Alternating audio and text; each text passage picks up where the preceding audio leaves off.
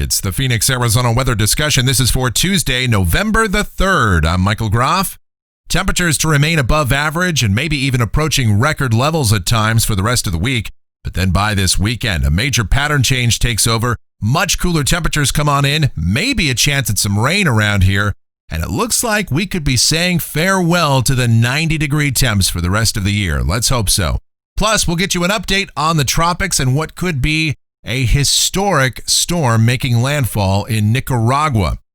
All right, first we'll take a look at the Almanac from yesterday. The high temperature in the valley, 95 degrees, just missing that record. The morning low was a record warm low temperature at 68. The normal high, 82. The normal low, 58. As we take a look outside right now, here in the middle of the night, mostly cloudy sky, even a few sprinkles around in spots. We're sitting at 75 degrees at Sky Harbor, dew points at 32, relative humidity 21%. The winds are light and the barometer is steady.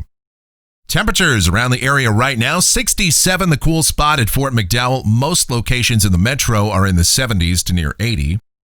Here's the upper air look, that feature we've been talking about for the last few days, that which has brought the mid and high level clouds around that upper low. It is beginning to move into the region, going negative tilt as it does, but it doesn't have a whole lot of moisture associated with it. Still, maybe a few sprinkles or light showers ongoing across parts of central and northwest Arizona, but those will be few and far between. Here's the watch warning map. Not a whole lot going on here at this time. We've got some high wind watches over parts of Montana, frost and freeze issues across the southeastern United States. The convective outlook is rather quiet. No severe weather expected across the country. A little bit of thunder maybe in far northern Arizona with that low moving on through. And let's take a look at the tropics, and here it is, the big story in the weather world right now, a potentially historic moment here. This is Hurricane Eta, top winds at 150 miles per hour, knocking on the door of Category 5, still a very strong Category 4 at this time. And I've never seen a Category 5 hurricane in the Atlantic Basin or the Caribbean in the month of November. To my knowledge, that's never happened, and this could very well do that just before it makes landfall. You can see the rapid intensification that's occurred over the last 12 to 18 hours with this feature as it moves to the west-southwest and ultimately onto the coast of Nicaragua. Dangerous storm surge.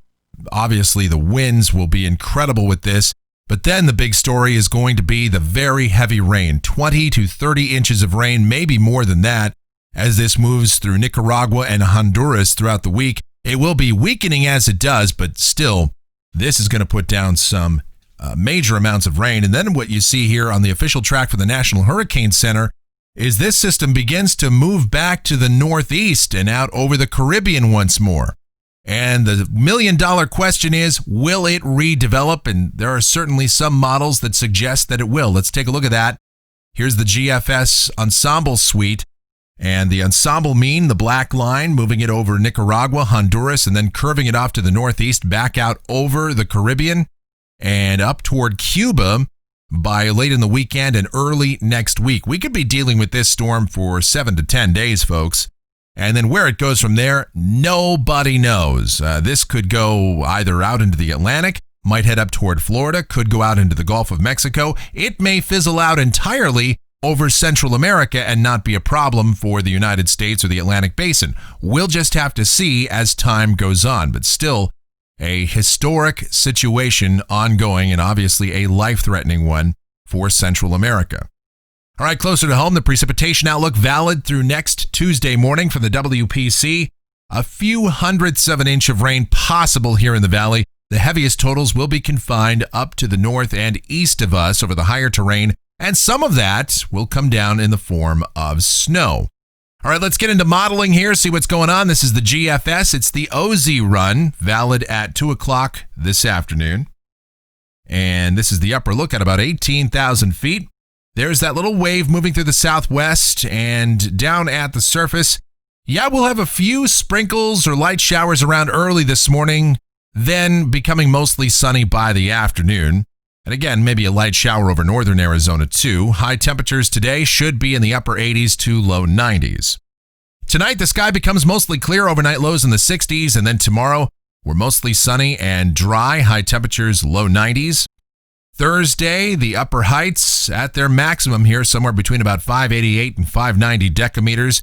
And that's going to translate to sunny skies and high temperatures in the low to mid 90s. We're actually going with a range of 93 to 96. The record high for Thursday is 93 degrees. So we are more than likely going to break that and maybe even challenge that all-time record warm temperature of 96 for the month of November. We'll see. All right, but here comes a major pattern change. By Friday, we've got a trough beginning to dive down the west coast and move into the Great Basin. The winds will turn out of the southwest. We'll see an increase in clouds. High temperatures falling off a little bit here, likely in the upper 80s to near 90 for Friday. Then on Saturday, this system comes through. A cold front will sweep on in. And the last couple of runs of the GFS have shown just a little bit more moisture being advected into Arizona with this. And so maybe we could see a few showers even in south central Arizona, including the valley on Saturday. Still, I'm not so sure about that. I'm going to keep the forecast for Saturday dry for us, but scattered showers and maybe some snow up in northern and eastern Arizona with this. On Sunday, I do believe that we'll see a second wave coming around the base of this trough, and that could squeeze out at least a few showers around even here in Phoenix. So we're going to go ahead and add in a 20% chance of rain for Sunday, especially by the afternoon and evening hours. It will be breezy and much cooler. Highs on Saturday, likely only in the upper 60s to near 70. And then on Sunday, we could stay only in the mid 60s at best. And some of the guidance is suggesting we could be even cooler than that. Then on Monday, the trough begins to move east, but much cooler air is in place now. Lows down in the 40s. Highs maybe struggling to get into the low and middle 60s. It's really going to feel like fall. Temperatures well below average. And it looks like it's going to stay that way for a while as troughing will persist over the west. Check it out. This is a week from today, Tuesday the 10th. Still have troughing out here in the west. One wave moving out into the plain states. Another one developing over the Pacific Northwest and getting poised to drop south. And we stay with below average temperatures, highs likely under the 70-degree mark. Let's go out 10 days. This is Thursday, the 12th of November. Another wave moving into the southwest.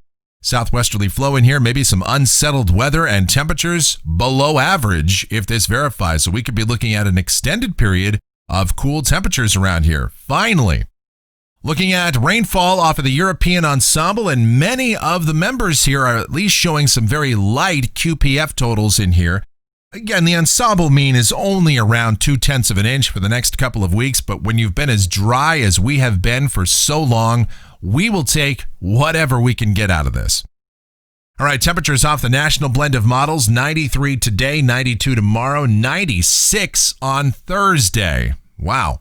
But then look what happens as we get to the weekend. Highs getting down into the low 70s on Saturday and probably not even making 70 beyond that Sunday and Monday, and staying well below average all the way out through mid-November. And that's going to do it for the Phoenix, Arizona weather discussion for today. My next video back here tomorrow morning. If you enjoy these videos, be sure to subscribe, like, share, and click that notification bell so that whenever a brand new video is posted, you'll get the notice. Your comments, questions, and suggestions always encouraged as well. Thanks so much for watching. It is greatly appreciated, everybody. You guys be safe, stay cool and hydrated out there. If you haven't done so already, get out there and vote. And you guys have yourselves a wonderful Tuesday.